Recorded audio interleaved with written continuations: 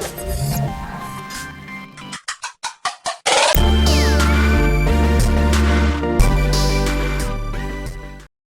everyone, Tim here from QBKing77.com, here to do a video talking about the newly announced Nexus 4 device. You will have, I'm sure you've seen by now that Google has announced other Nexus devices, the Nexus 10 tablet as well. They've also announced Android 4.2, but this video specifically is going to talk about the new LG Nexus 4 running Android 4.2. I might do a separate video talking about Android 4.2 because I am very excited for some of the features.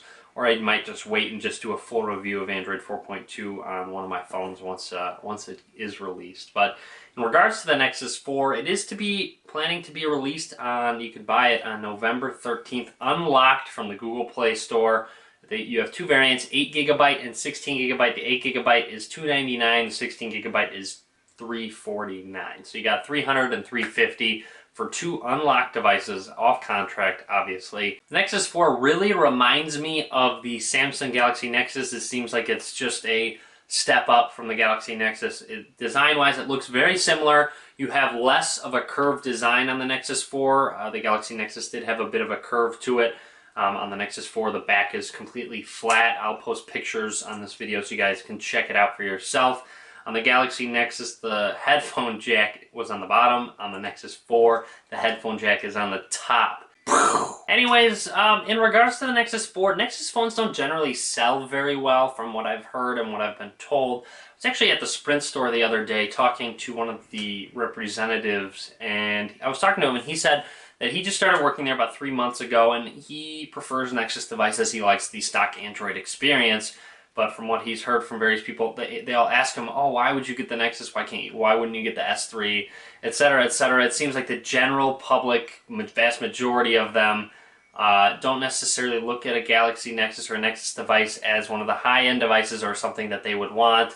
I don't think Google markets the Nexus devices all that well. Samsung does a much better job at marketing their products, obviously, as they sell many more. The Nexus 4 has a 4.7-inch 1280 by 768 pixel resolution IPS display. So 4.7 inches is obviously a pretty large display. It has a Qualcomm Snapdragon S4 quad-core 1.5 gigahertz processor, which is a great processor, definitely. So I'm looking forward to seeing that in a device. It'll definitely make everything seem super fast. You shouldn't get any lag when running applications, anything like that. It does have 2 GB of RAM as well. As I said previously, you have an 8 GB and 16 GB version of internal storage. There is no SD card slot.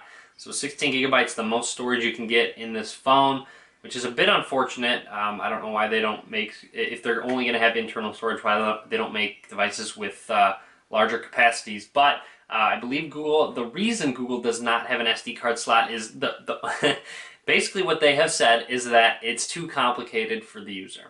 That's their reasoning behind not having an SD card, is that most people don't understand, oh, when is my file going to go to the SD card, internal SD card, and they say it gets too confusing for them, so they're only going to have internal storage, which obviously I understand the micro SD card concept, so I'm a little bit upset about that, but trust me, I do understand the fact that a lot of users don't understand the micro SD card situation. A lot of them are like, when they plug in their phone into a computer and they have a micro SD card slot in and internal storage, they'll be like, oh, why is there two removable disks popping up on my computer? Which one do I use? And they just don't comprehend it. So I do understand Google from that point. However, I don't quite get, because most people buying the Nexus devices, I'm assuming a majority of them are going to be more tech people and interested in the stock Android experience, not going with the trend of whoever's marketing their product more. And it seems like the people that buy the Nexus phones are going to understand the SD card concept. So that's a little bit of an argument against that, just because obviously I'm someone that understands it, and I know there are many other people that do understand it, especially because generally, if I have internal storage on a device, that's great. The main thing I use my external SD card for is just putting music on it. Generally, I'll throw a bunch of music on my micro SD card slot. put it on my phone and not even use it for anything but that music, because I mean 16 gigs is a lot of memory, and that's enough for me, music aside, because I do have a lot of songs just for pictures, ROM zips, and just other various files on my internal storage. I generally can't fill up 16 gigs, but with the music on there, I'm really limited to the amount of music I can put on those devices. Anyways, it does have a 2100 milliamp hour battery. It is embedded, so it's non-removable, which is very unfortunate as well. I don't know why. Again, they're going towards that trend. They do argue that it makes the device thinner. The Nexus 4 is definitely thinner than the Galaxy Nexus is, so again, I'm sure the non-removable battery has attributed to that. Also, one more thing, it does not have LTE. It has HSPA Plus capabilities, and T-Mobile is most likely going to be just about the only carrier that's going to have it in the US. Obviously, you can buy the unlocked variants, as I mentioned, but T-Mobile is going to be selling it on contract for $199, which that price point doesn't make any sense whatsoever to me. I believe you could have gotten the unlocked version of the S3 for about $650.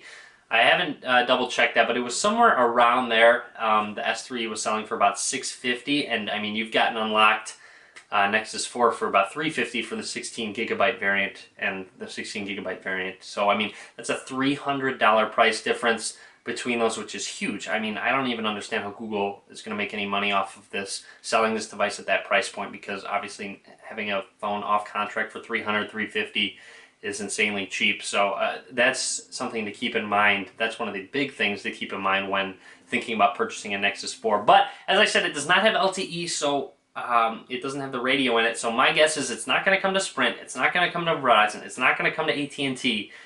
Just because they're really advertising their LTE network, and they're going to realize, oh, I'm not going to be able to sell this phone because people are going to want to take advantage of this LTE network that I market.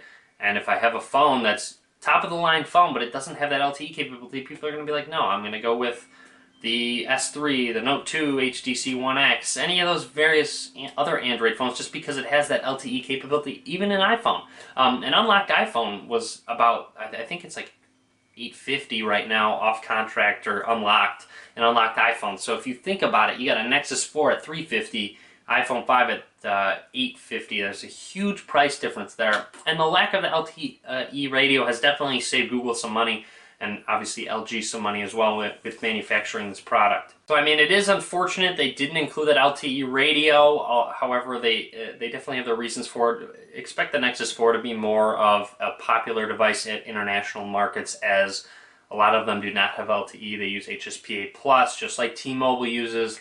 They do market it as 4G, which it's true. They do get some very good speeds. I do have some friends on T-Mobile, and they get some pretty good 4G speeds.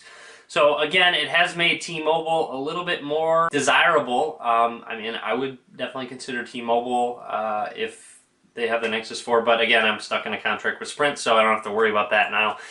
Overall, though, it seems like a great phone for the price, for sure. I mean, if you watched my Nexus 7 review video, the main thing that I pointed out was the price point that Google put it at.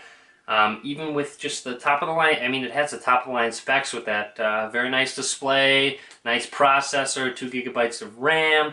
I mean, it's definitely going to be a great phone running stock Android 4.2 Jelly Beans. So again, that's definitely something to keep in mind when considering this product, is the price point they have it at.